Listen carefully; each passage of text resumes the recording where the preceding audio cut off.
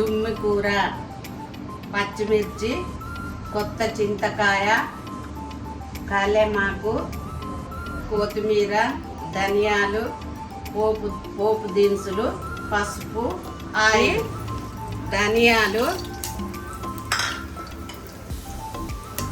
పచ్చిమిర్చి, కరివేపాకు వేసుకోవాలి.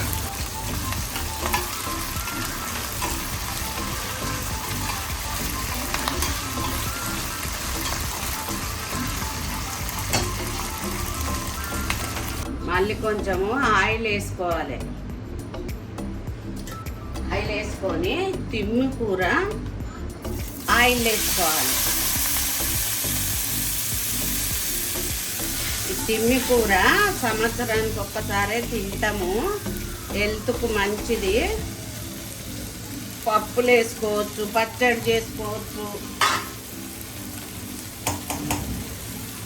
చాలా మంచిది ఇది తుమ్మి కూర. గణేశునికి ఇళ్ళనే కొన్ని కొత్త చింతకాయలు వేసుకోవాలి, కొన్ని చాలు. దీంట్లో మిక్సీ పట్టుకోవాలి. రోలు ఉన్నోళ్ళు రోట్లో రుబ్బుకోవాలి. ఇక మాకు రోలు లేదు కాబట్టి మిక్సీ పడుతున్నా. దీంట్లో సాల్ట్ వేసిన, జీలకర్ర వేసిన, ఇక మిక్సీ పట్టుకుంటా. ఇవి మిక్సీ పట్టిన దీంట్లోనే కొత్తిమీర వేసుకోవాలి. కొత్తిమీర వేసుకొని మెత్తగా పట్టుకోవాలి. ఈ తుమ్మి కూర చింతకాయలు మగ్గిపోయినాయి. ఇది మిక్సీ పట్టుకొని తాలింపు పెట్టుకోవాలి. మిక్సీ పట్టిన తుమ్మి కూర ఇక తాలింపు పెడతా.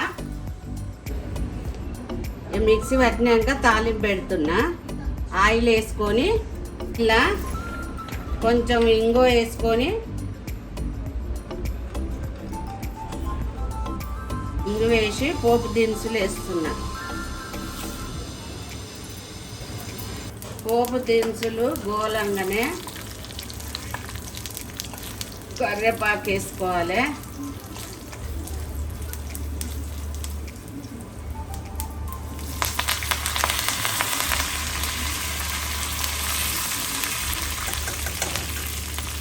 వేసుకొని పసుపు వేసుకోవాలి.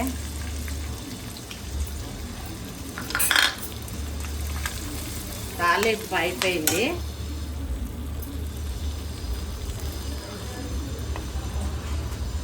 పచ్చళ్ళలో వేసుకొని కలుపుకోవాలి.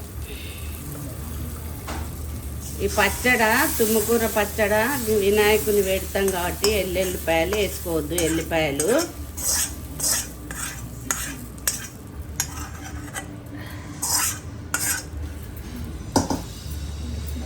గుమగుమలాడే తుమ్మికూర పచ్చడి రెడీ.